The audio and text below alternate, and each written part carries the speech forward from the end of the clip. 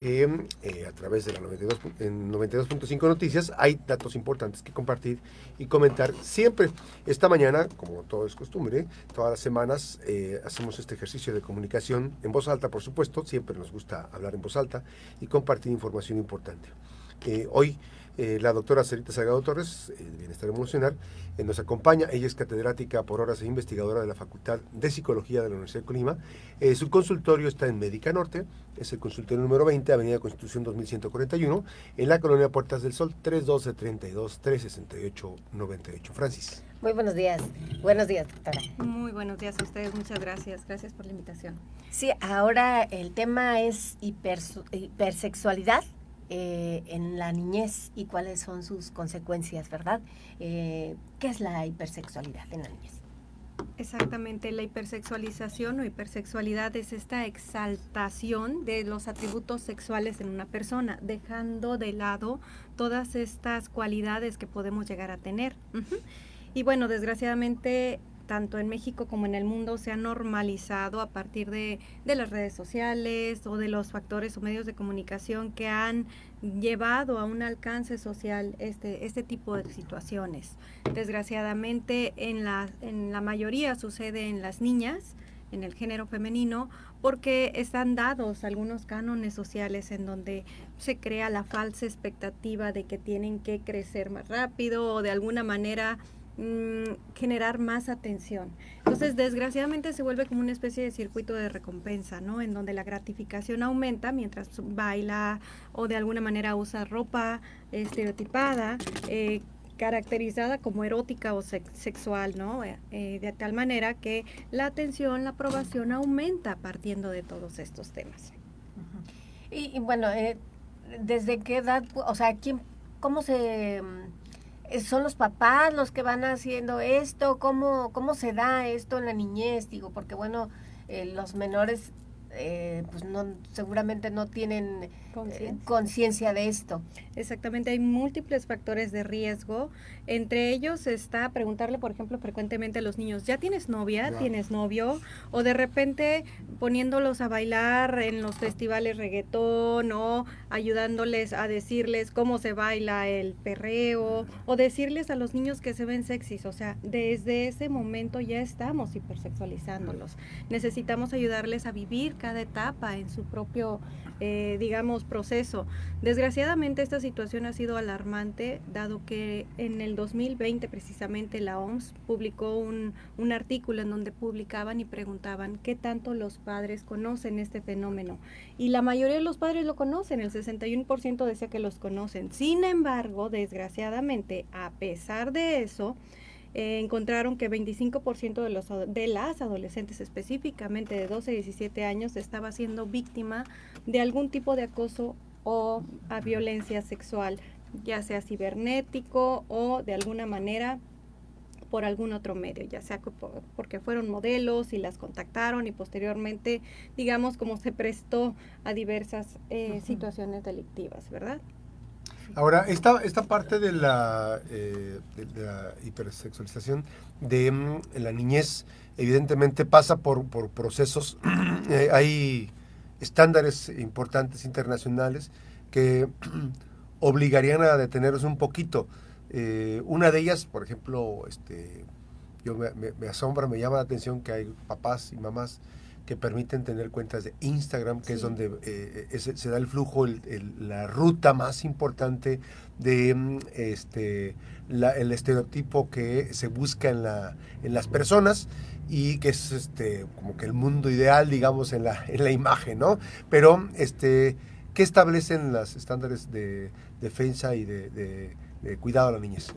Desgraciadamente ha habido, digamos, un abuso de este tipo de situaciones de redes sociales, de TikTok, de situaciones en donde los niños no deberían de estar consumiendo algunos tipos de contenidos, mucho porque los padres a veces desconocen los filtros sí, que existen, otro porque les dejan abrir cuentas de Instagram antes de los 14 años cuando no deberían, y otro cuando desgraciadamente la influencia social permite o es muy alentadora como para utilizar este tipo de situaciones. Entonces, tendríamos que defenderlos. ¿Por qué? Porque al final del día es un tipo de violencia. Es un tipo de violencia cuando los padres no rectifican qué están viendo los niños. Es un tipo de violencia cuando les permiten que se pinten las uñitas. Es un tipo de violencia cuando les permiten a unos niños o incluso estado de pubertad a las niñas que se maquillen. Las niñas no deberían de usar tacones, las niñas no deberían de, digamos, salir maquilladas para un evento.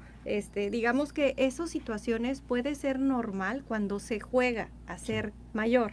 Cuando se juega en un ambiente de juego sí se vale. Es igual cuando jugamos a ser veterinario, cuando somos pequeñitos o dentistas, pero no es normal que salgan a la vida así, y mucho menos es normal que publiquen fotos erotizantes o de alguna manera sexuadas, ¿verdad?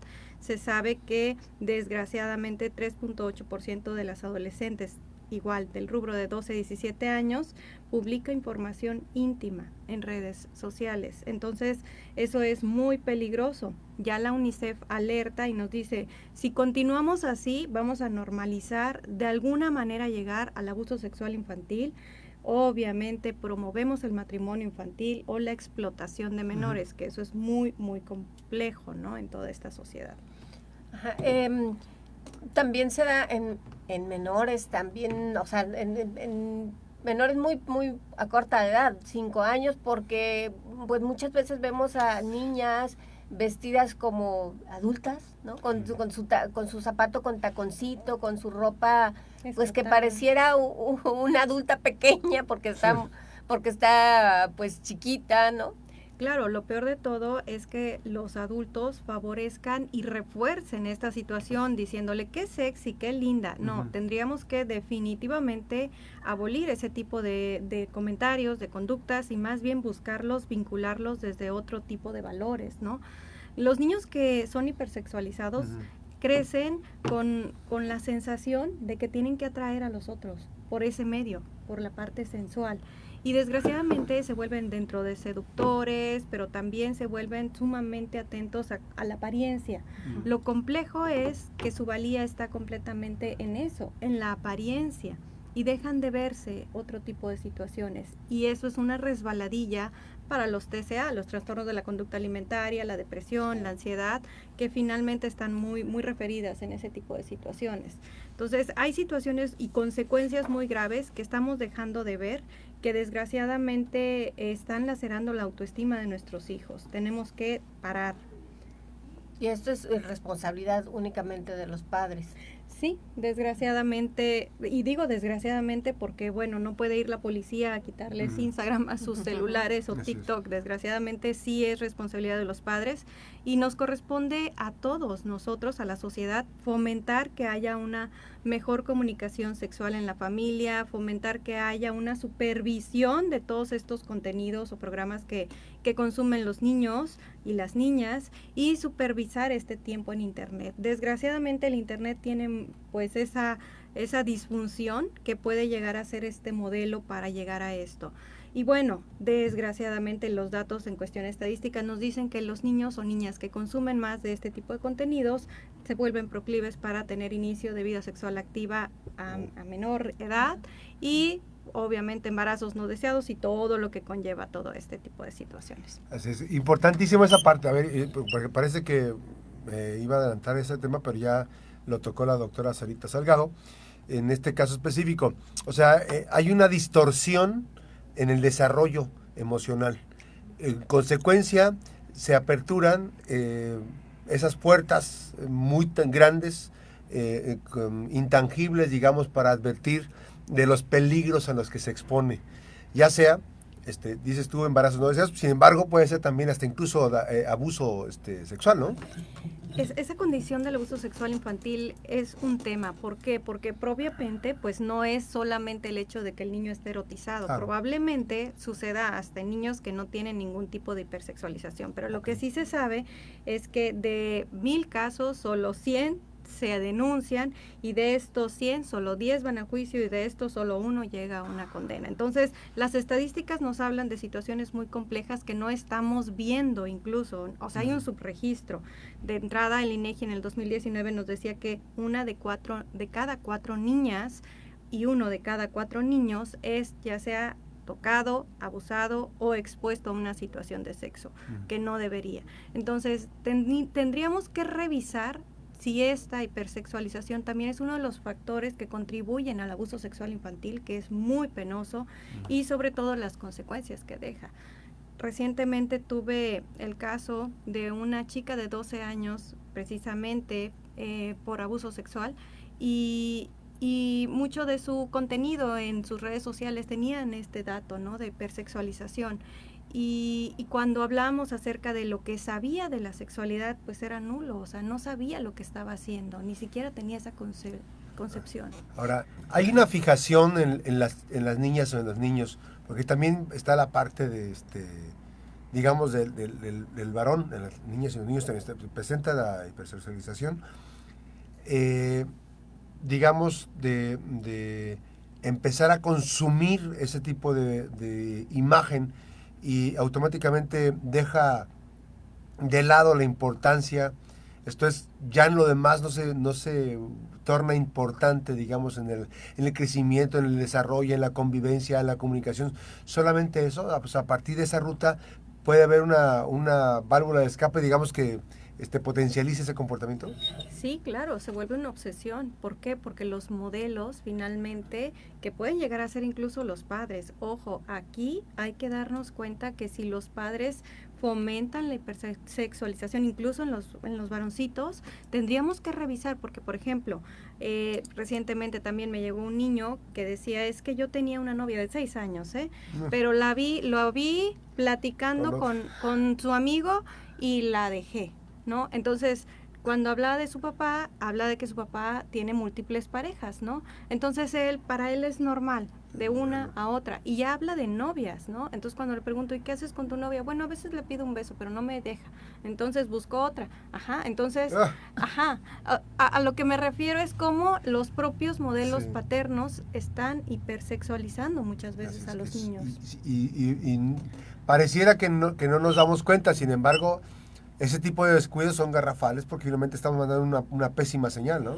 Claro, igual las niñas que les permiten modelar con taconcito, con su faldita, probablemente la mami le aplaude y todos le den like a su foto, pero probablemente también llegue la foto a un pederasta. Probablemente le llegue esa foto a situaciones en donde las localicen y puedan llegar a tener trato de blancas, ¿no? Entonces, tenemos que hacer algo para parar. Hay un caso de una chica, de una niña, le dicen la niña más bonita del mundo, la encuentran en redes, es rusa, no sé si la han visto. Sí. Y no sé si la han visto, está súper maquillada y así súper arregladita. Y esa niña ya tiene los contratos súper listos para cuando crezca, para ser modelo.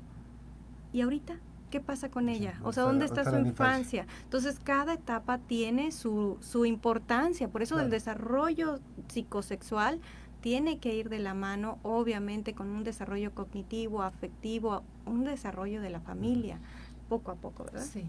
Y bueno, no estamos diciendo que esto sea, que sea culpa del niño, de la niña, ser abusado sexualmente por vestirse de tal o cual manera, ¿verdad? Sino que hay que tomar medidas para evitar este tipo de situaciones, ¿verdad, doctora? Sí, sobre todo que la violencia se está filtrando sin que nos demos cuenta, ¿verdad? O sea, a veces creyéramos que es inocente el hecho de que una niña venga pintada o esté pintadita, pero no es normal, ni que una niña baile o que un niño baile con ese contenido sexual. Sí, además, y hay que estar muy pendientes. Sabemos que la industria, pues es industria, ¿no? Incluso hay tiendas específicamente ya con ropa de diversas líneas, ¿no? De diversos modelos que asemejan la etapa adulta de las niñas y de los niños, y obviamente que eso no es correcto. Sí es importante que, en resumen, evidentemente los temas que se tienen que dar. ¿Recomendaciones para papá y para mamá? Recomendaciones básicas. supervisemos lo que los niños están viendo. Revisemos, obviamente, qué le interesa y fomentemos más bien situaciones que estén acordes a su edad. Hablemos en la familia de este tema, sentemos en la mesa este tema, porque es muy importante y es una forma de violentarlos, el permitirles hacer cosas que obviamente no van para su edad. Así es. Y esto no se trata de religión y de que, no, que sea un mojigato, no. Se trata del desarrollo emocional, la etapa de la niñez, que es una etapa de que debes quedar a salvo y que los momentos obviamente que también con información, con comunicación, papá y mamá van a hacer este acompañamiento hasta que llegue el momento, ¿no? de tomar otro tipo de determinaciones ya en la etapa de adolescencia o en la etapa adulta, ¿no? Exacto, hablar abiertamente a partir de cuándo se van a maquillar, a partir de cuándo van a tener novio, a partir de cuándo van a tener relaciones sexuales, cómo lo van a hacer. Digo, no es tan fácil el tema, sobre todo en los adolescentes, pero empezar a hablar y poner sobre la mesa estos temas es muy interesante. Así es. Sí. Muchísimas gracias. Gracias a la doctora Sarita Salgado Torres. Gracias. Gracias. Muy buenos días. Gracias esta mañana a la doctora Sarita Salgado Torres. Bienestar emocional, precisamente esta mañana, con detalles importantes. La doctora Sarita Salgado Torres es catedrática por horas e investigadora de la Facultad de Psicología de la Universidad de Colima. Tiene su clínica, tiene su consultorio en la Clínica Médica Norte, consultorio número 20. El sitio es 2141, el lugar en Colonia Puertas del Sol, 3232-368-98. Recuerde que la salud mental es importante para el día a día y por supuesto bienestar emocional. Cada semana compartiendo temas importantes en 92.5 Noticias. Una pausa, regresamos. Gracias nuevamente. Gracias.